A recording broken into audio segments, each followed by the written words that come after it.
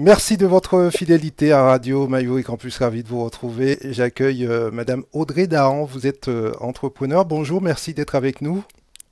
Bonjour, merci à vous pour l'invitation. Alors, avec vous, nous allons parler business, entreprise, puisque vous venez de créer Aude à la Guyane. Alors, qu'est-ce que c'est? Est-ce que vous pouvez nous parler du concept? Le concept, c'est de pouvoir faire partager à ceux qui le souhaitent une expérience en forêt. Donc, une sortie avec plutôt un objectif d'observation naturaliste, mais aussi, pourquoi pas, un bivouac, donc apprendre à monter son quart bâche. Et donc ça sur une sortie le matin ou une sortie le soir, ou pourquoi pas sur plusieurs jours. Alors, une entreprise, ce sont des moyens, mais pas seulement, c'est d'abord une idée.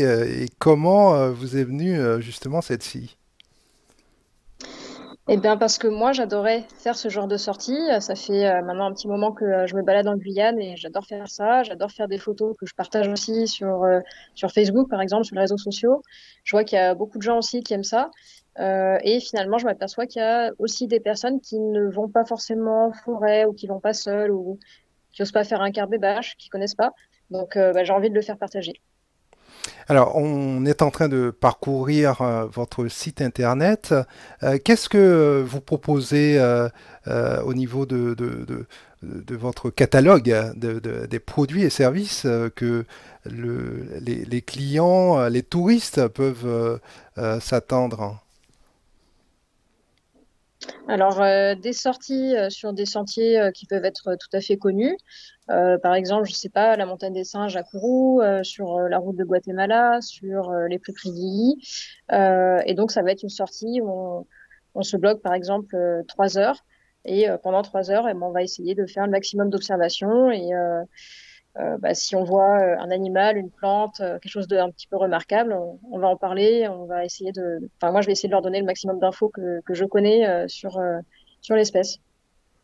Est-ce que vous pouvez également peut-être revenir pour nous sur votre parcours? Vous nous avez un peu expliqué l'idée, comment elle était née, mais alors, nous sommes une radio universitaire, c'est toujours intéressant de faire euh, une, de survoler les parcours des intervenants. Pouvez-nous peut-être nous retracer vos études universitaires, scolaires? Oui, alors moi donc, j'ai fait des études universitaires, j'ai fait des études de mathématiques, donc ça n'a absolument rien à voir. Ouais. Je me suis retrouvée un petit peu presque malgré moi dans l'informatique, parce que alors que j'avais fait des études de maths. Et donc, petit à petit, à être essentiellement ingénieur dans la sécurité informatique. Et puis, ça me plaisait pas, mais il se trouve que ça m'a quand même amené à connaître la Guyane, complètement par hasard. Je suis tombée amoureuse de la région et donc, au bout d'un moment, je me suis décidée à changer de voie et faire ce que j'aimais vraiment, là où j'aimais vivre. Mhm. Pour revenir à votre société, depuis combien de temps maintenant elle existe? Est-ce que vous avez accueilli vos premiers clients? Où en êtes-vous? À quel stade? Alors, l'entreprise, elle est toute jeune. Elle est vraiment toute jeune. Là, ça fait, je pense qu'officiellement, elle était déposée sur peut-être à la date du 1er décembre. Mais bon, j'ai eu les premiers clients là courant décembre et voilà, ça commence, ça démarre.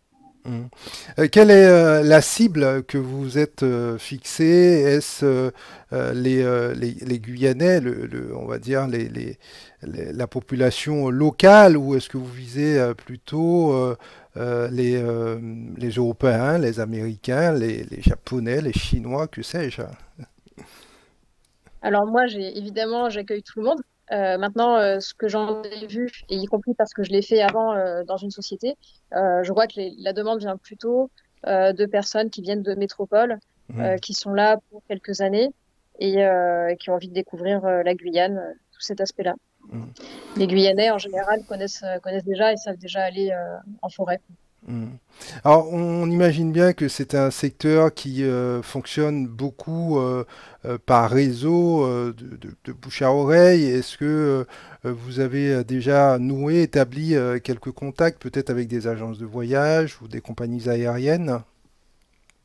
Alors, pour l'instant, agence de voyage, non. En revanche, bah, j'ai des contacts puisque j'avais déjà travaillé dans le domaine avant, mais en tant que salarié. Et puis, bah, comme j'ai aussi des activités bénévoles pour le faire, bah, petit à petit, ça commence à prendre. Et j'essaye aussi de nouer des contacts avec des partenaires, bah, par exemple Pôle emploi, avec le CNES. Voilà, donc c'est toujours en projet, mais je l'espère. Mm. Est-ce que la pandémie a un peu chamboulé les idées que vous étiez faites au départ dans le mode d'organisation, de contacter les clients ou de se rendre sur le terrain, puisque là vous serez en contact de vos clients, en contact physique. Qu'est-ce que ça a changé dans le cheminement de l'activité? Bah, d'être tout simplement plus prévoyant sur les choses à prendre. Bah, par exemple, pour l'alimentation, d'être bien vigilant sur les verres, les couverts, ne pas mélanger les affaires, des choses comme ça. Mais j'ai quand même la chance de faire quelque chose qui nous permet d'être en extérieur et de pas être en contact physique direct avec les personnes. Donc, je pense que c'est un secteur qui peut tout à fait survivre ou se développer même pendant cette crise. Mm. Je pense même que avec le confinement, les gens ont envie de sortir et j'espère que quelque part ils profiteront en fait de ce genre d'initiative pour s'aérer. Mm.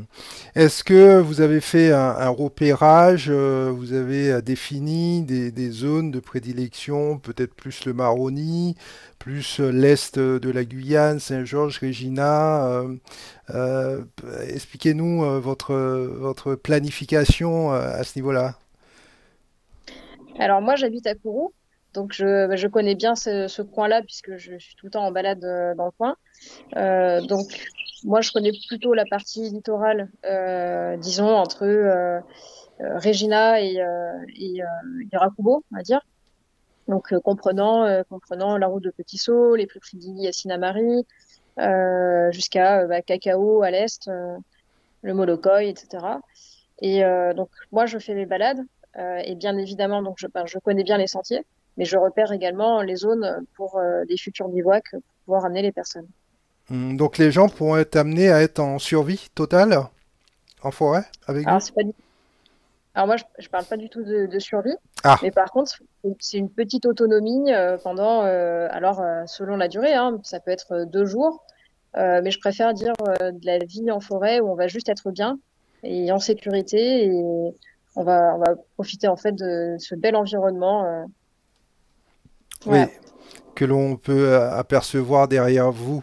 Et alors, ça suppose également d'être en mesure de s'exprimer peut-être dans les langues étrangères, ne serait-ce que l'anglais, qui est la langue des affaires, qui est quand même Mhm. la plus parlée. Est-ce que vous maîtrisez les langues étrangères? Alors, bah, l'anglais, oui. Je l'ai même fait avant pendant 6 mois où j'avais des clients qui venaient d'un peu partout dans le monde. Donc pas de problème pour le faire en anglais. D'accord. Et au niveau des institutions en Guyane, vous avez eu des soutiens, que ce soit le CNES, la CTG, est-ce que vous les avez contactés? Ou les offices du tourisme? Alors moi, je dirais que mon partenaire pour l'instant, c'était surtout Pôle emploi, qui m'a soutenu financièrement tout simplement en soutenant l'initiative, en proposant des formations ou de l'aide pour la création d'entreprise. Donc c'est pour moi le partenaire essentiel que j'ai eu pour créer. Mm. Quels sont les supports que vous avez mis en place à travers desquels on peut vous contacter, on peut vous joindre? Bah, on peut me contacter par téléphone, par mail, par WhatsApp, par Mm. Messenger. Et votre site internet, est-ce que vous pouvez nous rappeler l'adresse? Oui, donc le site internet c'est www.audalaguyane en un seul mot, AUDALAGUYANE.fr. Parfait. Audrey Dahan, merci. Longue vie à Aude à la Guyane et puis bonne continuation. Merci beaucoup. Merci. Au revoir. Au revoir.